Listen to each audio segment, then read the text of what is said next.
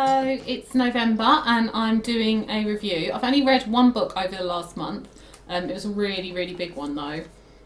So the book that I read last month was The 7 Pillars of Wisdom by T.E. Lawrence, who's better known as Lawrence of Arabia. So this book tells his experience influencing and sort of leading the Arab revolt against the Ottoman Empire during the First World War. So it was really well written. It was really readable. It's not an area that I have a lot of knowledge in, so a lot of it was new to me, including the sort of geographical area. I don't really know much about that part of the world, and that was actually really interesting to learn a bit more about that. And I would be interested to learn more about what evolved after the revolt. So in this book, they're sort of going. He's gone. So Lawrence, I think he started out as an archaeologist, but he spoke sort of a lot of the languages of that area, including Arabic. And then when World War One started, he was enlisted, and he was going on a sort of fact-finding mission down towards Mecca to see if there was a good leader for an Arab uprising, because the British wanted to do that. The Ottoman Empire at that time was allied with Germany, and Britain wanted to... the Ottoman Empire was also quite weakened, and Britain wanted to use this opportunity to encourage an Arab uprising and push the Ottoman Empire out. So Lawrence went down there to sort of see if there was somebody who would be a good leader. He started he had a good relationship with one of the emirs, Faisal, and thought that he would be a good leader. And because they had that good relationship, it was decided that Lawrence should be a bit more involved. And I think he probably thought it was a bit of an adventure as well. So he was down there as they were going around, sort of bringing tribes together. It was a lot more about sort of tribal groups rather than settled village people, although there were village people as well, but like it was more like getting these tribes together, and a lot of them have sort of old feuds and things like that, which had also sometimes been encouraged by the Ottomans to keep them separated. So there was a lot of bringing people together and working for this sort of common goal of an Arab state.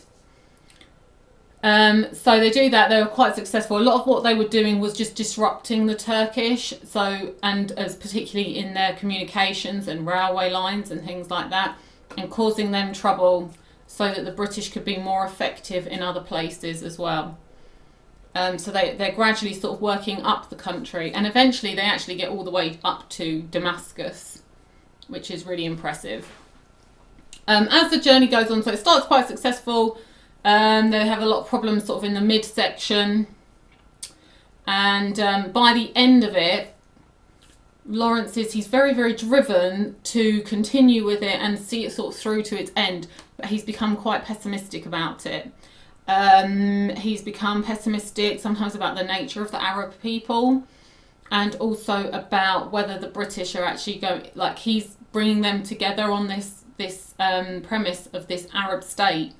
And realistically, he knows that it's very unlikely that the British are going to actually give them that.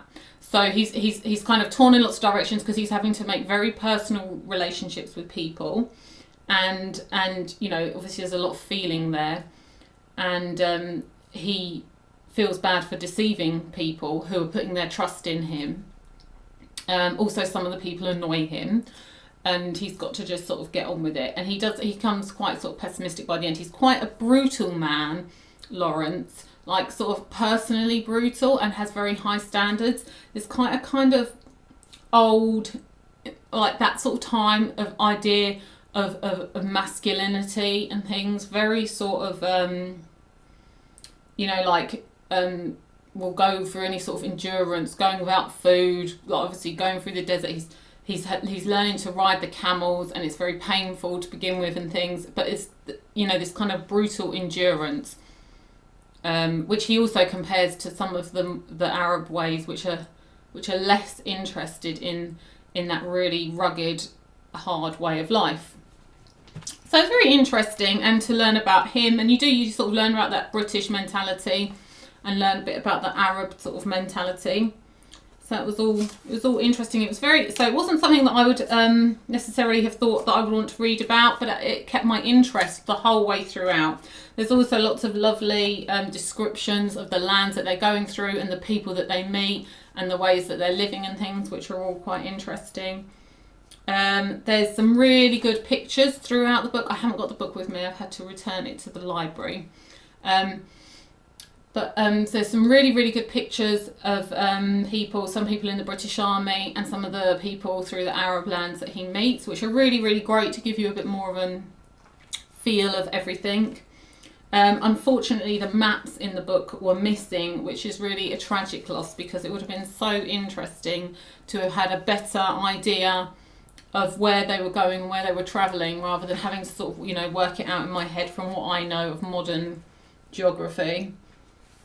It was a good writing style. There was a lot of humour, and there was a bit pessimistic as well, and a lot of that sort of British determination that he's going to get this job done as much as he can anyway.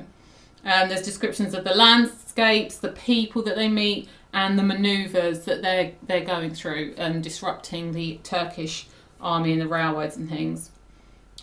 He speaks quite harshly about the Turkish army, that they were quite brutal to the people enlisted in there, and the way that they treated the people who they were sort of ruling over as well. At one point, Lawrence also gets kidnapped by the Turkish army, and he had a pretty awful time of it. It's quite a really terrible experience. So and there's really good sort of descriptions of some of the people that he meets, like Faisal, who obviously has a lot of respect for, and Order, I'm not sure if I'm saying these names right, so I apologise if I'm not, who was a sort of older, man who's been through many sort of experiences and adventures, and it's really, really interesting to get those descriptions of those people and their mentality and their way of life and how they sort of interact with the world.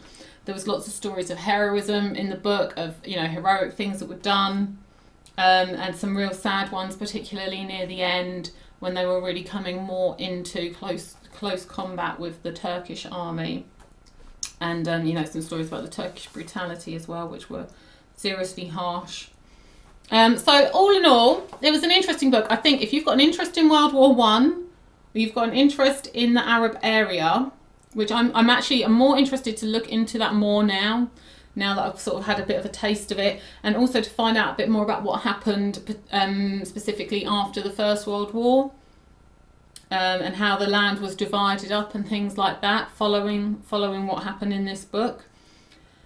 It was really interesting to learn as well a bit more about the setup of their the religion. So the emirs are supposed to be directly descended from Muhammad, and they're the ones who they're sort of bringing, who sort of Faisal is one, that are leading this sort of campaign. So it is also a religious state that they're looking to build as well. And this made me think about, obviously, countries that we have now of the United Arab Emirate, which I'm assuming is kind of led on from there. So I'd be interested to learn a bit more about that as well. It's really interesting, all the geography side of it and the history side of it.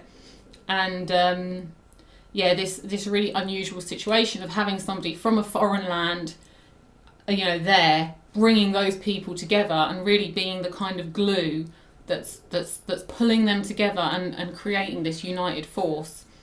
But then the question is, are they going to be overpowered at the end of it by the more powerful British state at that time? So it was interesting. It was very of its time, the way it's written. There's certain language in there which probably not very is acceptable today, but I think you have to accept it is of its time. But yeah, it was good. Got through that. It wasn't like tedious or anything, even though it was a lot about just travelling around and meeting people and doing manoeuvres. Yep, that was really good. And the next book that I'm reading is this. It's Midnight at Music. Midnight at Music? Music at Midnight. The Life and Poetry of George Herbert by John Drury. George Herbert is a British English poet from a long time ago, 1600s. So I'm not long into that. I haven't long finished the 7 Pillars of Wisdom. It was a really big book. It's a very big book. And that's about it. Other than that, I've just been feeling a bit under the weather with stupid symptoms of things that just seem to start flaring up and then ease off. And I am totally blaming people going out, getting unnecessary injections, getting infected with things they don't need, and then spreading it around the rest of us. But anyway, it doesn't matter. We're in a time of galactic testing at the moment, and I'm actually feeling very positive about things and very open and full of love, but just also a bit bombarded with shit as well. But yeah, it's all good. So I'm going to keep reading this book, which is a bit of a distraction from the real world with its old English poetry, which is very lovely. And I'll be back next month to talk about that. Okay? Thank you.